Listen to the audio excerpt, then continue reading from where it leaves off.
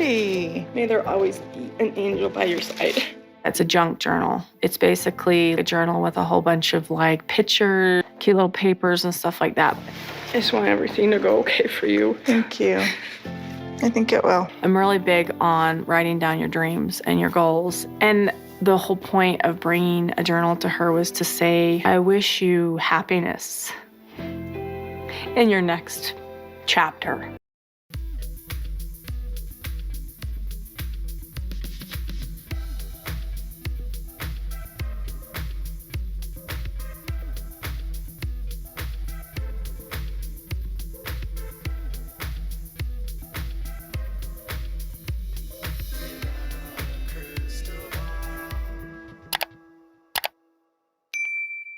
Hey friends, it's Katie from Without a Crystal Ball. Welcome back to my channel. It is Wednesday, February 12th, 2025. Do you remember on Sister Wives this last season when Robyn Brown gave Meri this journal? She called it a junk journal, and she pulled it out of the bag, which was so weird to me. Like, she gives a gift to Meri and then opens the gift for Meri.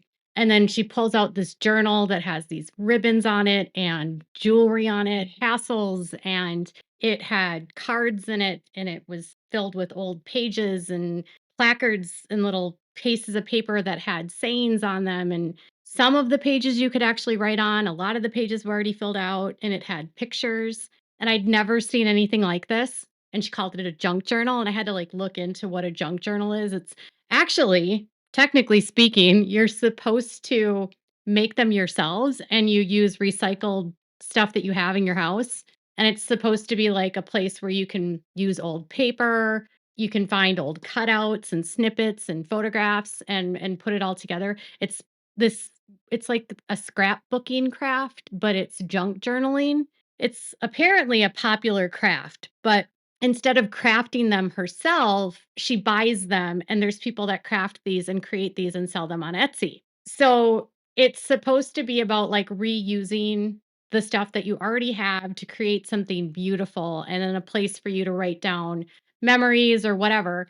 And then the journals have these different themes. And I was like, okay, that's interesting. But when I started looking at Robyn's Etsy reviews, I noticed that she has purchased a ton of these. And I just want to be so clear that I'm fairly confident that she didn't buy that journal for Meri. I'm assuming she had a journal like that already in her house and already like maybe in a box, and she just pulled out a box and was like, "Oh, I'm going to give this to Meri." So she's had some custom made, and she's had some that she purchases through these different vendors. There's a couple different vendors that she uses, but these journals are so expensive. So I thought when she bought a journal, I was like, "Oh, that's so cheap. Why would you buy someone a journal? Like 20 bucks?" I didn't know that the journal she bought her was $175. $175 for a goodbye journal that won't last and that only has like, I don't know, 55 pages to write on, I think. $175. And Robyn has a ton of these. And she has so I want to just give you a sense of how she feels about these journals. And then you'll realize how selfish she is for giving this to Meri. I am so pleased and happy with this journal. Carol was so helpful and went to great lengths to make a journal for my friend. She found the perfect pictures and used my friend's favorite colors to make something she would love. My friend was so impressed and loved the journal. And it was a time for tea journal. That's not the one she got Meri. Another review. Every one of Carol's journals is magnificent, and full of details. This one is no exception. I've bought several. I'm going to give this one to a loved one who loves to read. I was so excited when I saw it. In person, it's even more wonderful. Thank you. And it's one about reading, like for book lovers. And another exquisite journal. I absolutely love them. And that one's for dragonflies. There's a sewing journal she bought. Gorgeous. I love this journal. It is so sweet and beautiful, and I'm excited to give it to my aunt as a birthday gift. If someone is hesitating to purchase one of these journals, be assured that every single one I own, I absolutely love and cherish. She has one that's Dean's Book of Nursery Rhymes journal. Another absolutely stunning journal. It is so special to see the illustrations from a book I read as a child in the journal. The details are so beautiful. Every journal I own is of hers is so unique and wonderful. I want to give one to everyone I know. Thank you so much for your beautiful art. So what she does on Etsy is she buys journals, she buys vintage etched, like amethyst colored dishware and vases and art for the walls. And I started to notice this theme about Robin. And then some of her behavior on the show started to make sense. Almost everything that she buys is very immature. It's the kind of stuff that you would get when you're a child or a preteen, early teen. The journals remind me of something that a teenage girl would be into, or what might have been something we were into when we were younger. I don't remember junk journals being popular when Robin and I were kids. I'm the exact same age as Robin. She is 1 month older than me, and I don't remember junk journals, but I'm not a crafter, so I don't know. But I noticed that a lot of the items she buys are the kinds of things you would buy for a child. American Girl dolls. I did some research on American Girl dolls, and I found out that they were first released in 1986, and they were purchased and they were sold out of a catalog. And in the first year, I think they sold over $1 million worth of dolls. They eventually were purchased in stores, but initially these were ordered through a catalog. That's the only way you could buy them. They were very expensive. I knew next to nothing about American Girls. I'll be completely honest. I was never into dolls.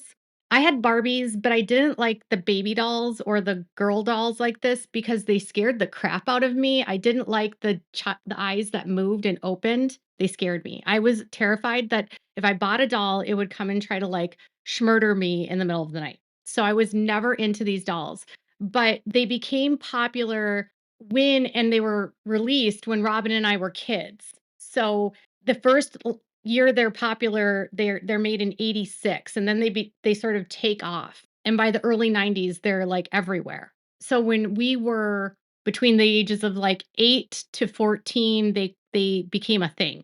And Robin apparently hasn't let go of that. But I have a hard time believing she would have been able to afford an American Girl doll as a child. These dolls are supposed to each tell a story. They're supposed to give like historical backgrounds.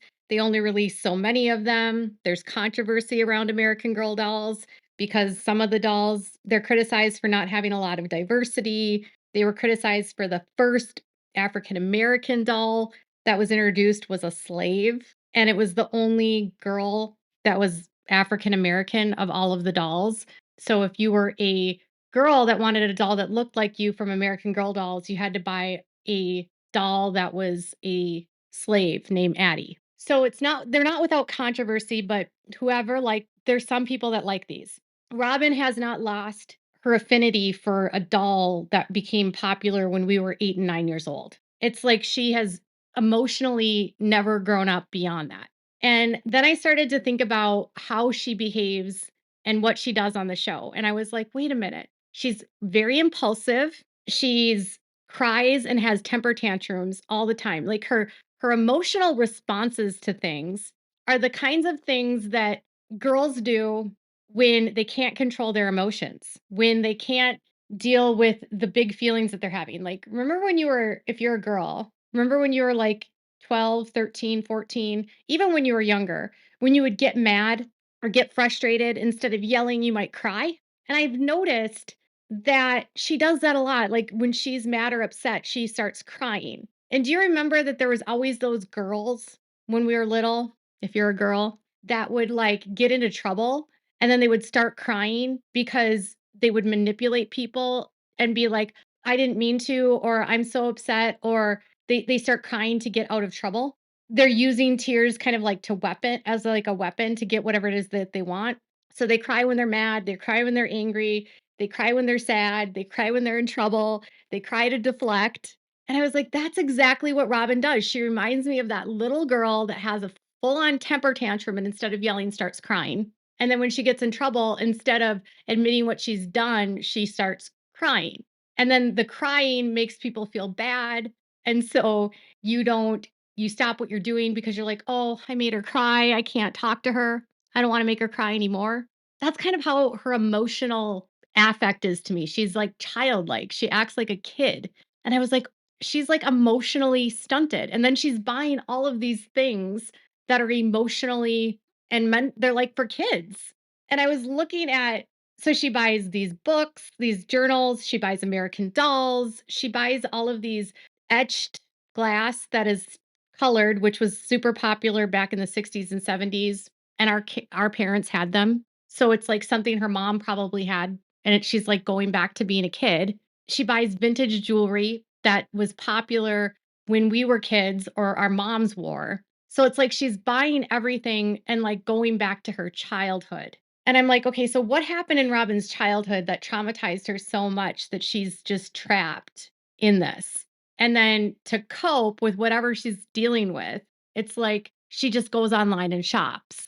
I'm not a psychologist. It was just something that I noticed. I also noticed Robyn's hair reminds me of the dolls that she buys. And this was always something that stumped me about Robyn. I was always like, why does she do the ringlet curls? The only person I remember doing that when we were kids was Nellie Olson on Little House on the Prairie. She had the ringlet curls. She was the bully. She was Laura's bully. Her parents owned a candy shop. She was so mean to Laura and Laura Ingalls Wilder.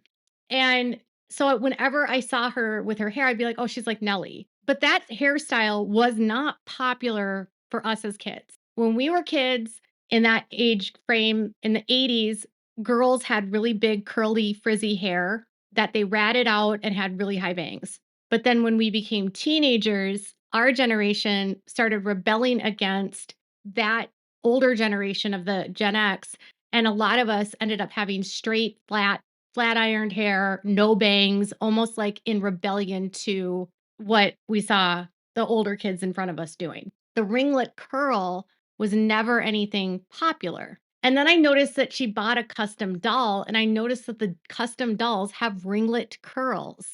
And I was like, is she trying to look like a doll? Is she styling her hair, her eyebrows, her wardrobe like she's a doll? And then what does that say about someone if they want to be a doll? It's like she's escaping her life by trying to be a doll.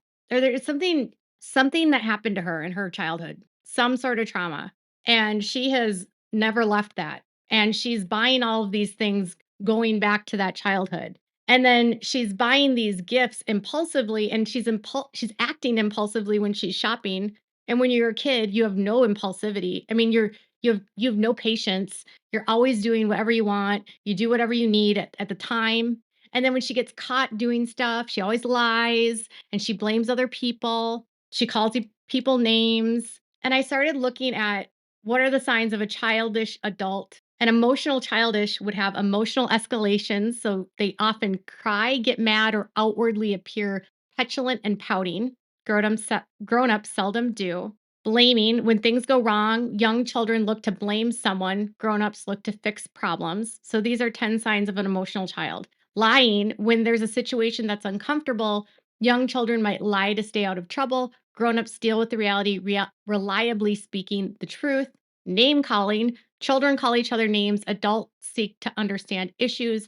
Adults do not make ad hominem attacks, that is, attacks on people's personal traits. Instead of they attack the problem. Remember how she was calling them weight shaming and shaming them about sex and all of that? Poor impulse control. Children strike out impulsively when they feel hurt or mad. They speak recklessly or take impulsive action without pausing to think about the consequences. They instead of listening to other people's viewpoints, they're interrupting them. They need to be the center of attention. Ever tried to have an adult dinner conversation with a 2-year-old at the table? They bully. They've been a child who's physically larger than a other child his age can walk up to another child who's playing with a toy they like and just take it. They can have budding narcissism. So if children or adults can get whatever they want because they're bigger, stronger, or richer, they become at risk of learning that the rules don't apply to them. Whatever they want, they take. This narcissistic tendency may initially look like strength, but in reality, it reflects a serious weakness, being unable to see beyond oneself. Immature defenses. Children tend to regard the best defense as a strong offense. While that defensive strategy may work in football, and attacking someone who expresses a viewpoint different than what they want is, in life, a primitive defense mechanism. So what would be a primitive defense? I didn't say that. I never did that. That's not me. I don't remember. And no observing of the ego. They are unable to acknowledge or learn from their mistakes. Children who have not yet internalized mature guidelines of respectful behavior towards others, or who have not developed ability to observe their behaviors to judge what's in line and what's out of line, see anger as normal. They regard their emotional outbursts as ego-syntonic. That is perfectly fine, justifying them by blaming the other person. I only did it because you made me.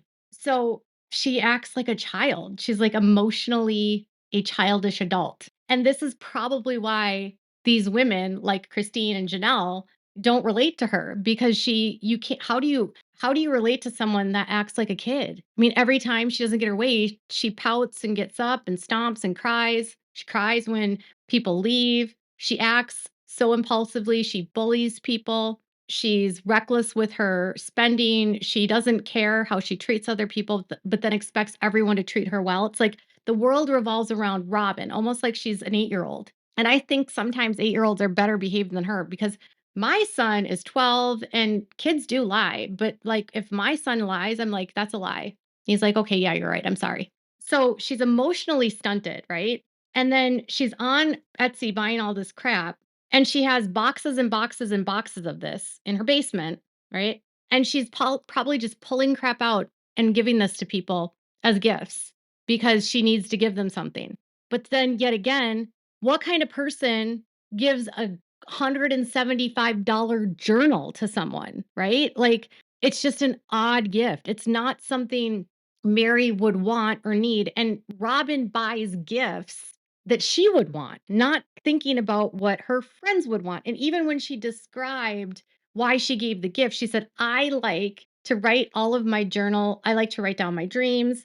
I like to think about where I'm going to go. And I want to give her a gift where she can write down her dreams and she can have a new chapter for her life. Not considering if Meri would want to do this or if this is even something Meri likes to do. It's what Robyn thinks everyone else would want because she likes it. So Robyn likes dolls and she gives dolls to all of her friends, like her aunt, her mom, whoever. Robyn likes stickers and art, so she gives everyone stickers and art. Robyn likes junk journals, so she gives everyone junk journals. She's not taking time to actually get to know people and what they like and dislike because she can't think outside of herself. And then she's stuck online on Etsy buying all this stuff. And it's just, this is the part about the show that bothers me, because if you knew her childhood, maybe we would understand why she acts this way, right? If she actually spoke about that trauma in her childhood. Because another thing she does is, it's clear, and I know that her biological father was very abusive. Multiple people I've spoken to have told me that her dad, Robert, was extremely abusive, had horrific feelings about sex, treated women terribly, and that the girls were abused by him physically. So if Robyn's dad was abusing her and she has all of this unresolved trauma, she always blames everyone in the family for traumatizing her, even though they haven't. She's actually the one traumatizing everyone around her. So long story short, these books she's buying and that gift she gave to Meri wasn't about Meri. It was about her.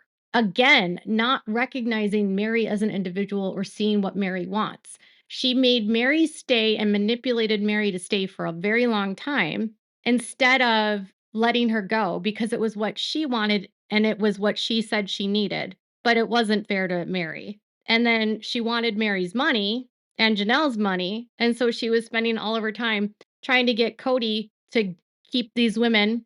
And I think another part of her wanting him to have sister wives, and this is just me, but if you have a spending problem and you're trying to hide your spending from your spouse, what better way to do that than when he's not home? You can hide the packages. I mean, she had a whole shed that she hid everything from Preston. So if Cody wasn't around all the time, she could probably do more shopping. Just a thought. So Robyn's selfishness and her purchasing all make sense. She's trapped as a child and she wants to be a doll. What are your thoughts? I actually feel kind of sad for her in a way, and I hope she gets help. I really want her to get help. Like, anyone that's living like this and they're 46, like, this is no way to live. What are your thoughts? Tell me in the comments below. Make sure to give this video a thumbs up. Make sure to subscribe to my channel if you haven't subscribed, and click the bell so you never miss a video. Thanks so much for watching. Bye, guys.